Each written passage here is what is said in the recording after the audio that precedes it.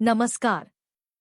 आज हम सुनेंगे पवित्र सोमवार व्रत कथा, जो भगवान शिव की कृपा पाने के लिए अत्यंत फलदायी मानी जाती है।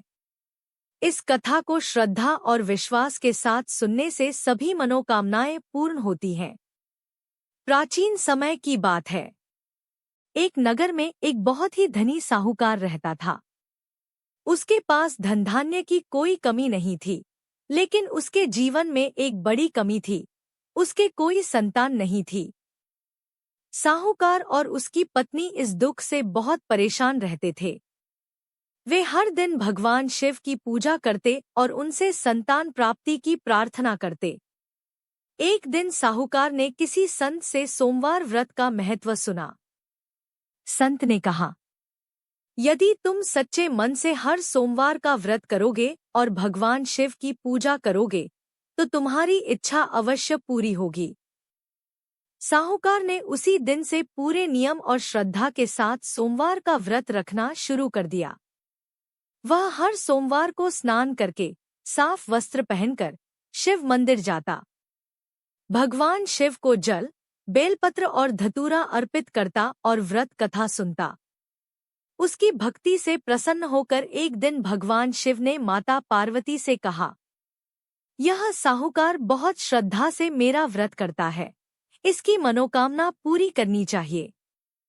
माता पार्वती ने कहा, प्रभु, इसे एक पुत्र का आशीर्वाद दीजिए। भगवान शिव बोले, ठीक है, इसे पुत्र प्राप्त होगा, लेकिन उसकी आयु केवल 12 वर्ष होगी। कुछ समय बाद साहूकार के घर एक सुंदर पुत्र का जन्म हुआ। घर में खुशी का माहौल छा गया, लेकिन साहूकार को यह बात याद थी। वह भीतर ही भीतर चिंतित रहता था। समय बीतता गया। जब बालक 11 वर्ष का हुआ, तो उसे शिक्षा के लिए काशी भेजा गया। साहूकार ने एक ब्राह्मण को उसके साथ भेजा और कहा, रास्ते में हर सोमवार व्रत करना और भगवान शिव की पूजा करना।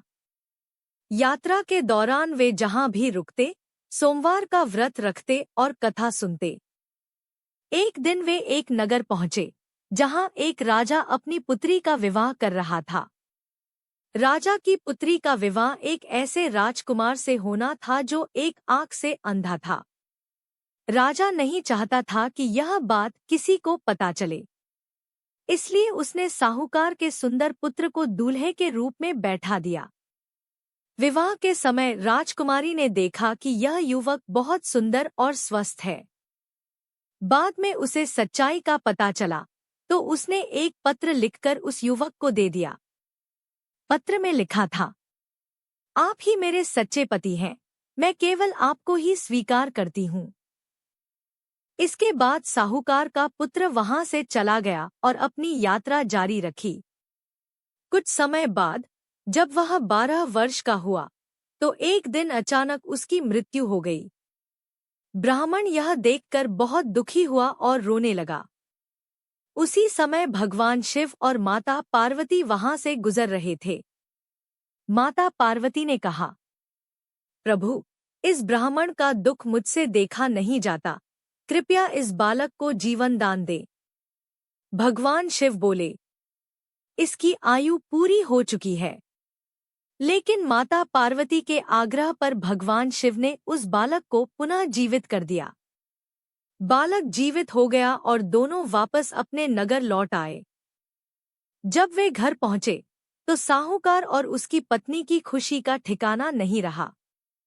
उधर राजकुमारी ने भी उस युवक को ढूंढ निकाला और दोनों का विधिवत विवाह हुआ। इस प्रकार भगवान शिव की कृपा से साहूकार की सभी मनोकामनाएं पूर्ण हुईं। इस कथा से हमें यह सीख मिलती है कि जो भी सच्चे मन और श्रद्धा से सोमवार का व्रत करता है, भगवान शिव उसकी हर इच्छा पूरी करते हैं और जीवन के सभी कष्ट दूर करते हैं। ओम नमः शिवाय। ओम नमः शिवाय। ओम नमः शिवाय। यदि आपने यह कथा श्रद्धा से सुनी है, तो भगवान शिव आपकी सभी मनोकामनाएं अवश्य पूर्ण करें। धन्यवाद।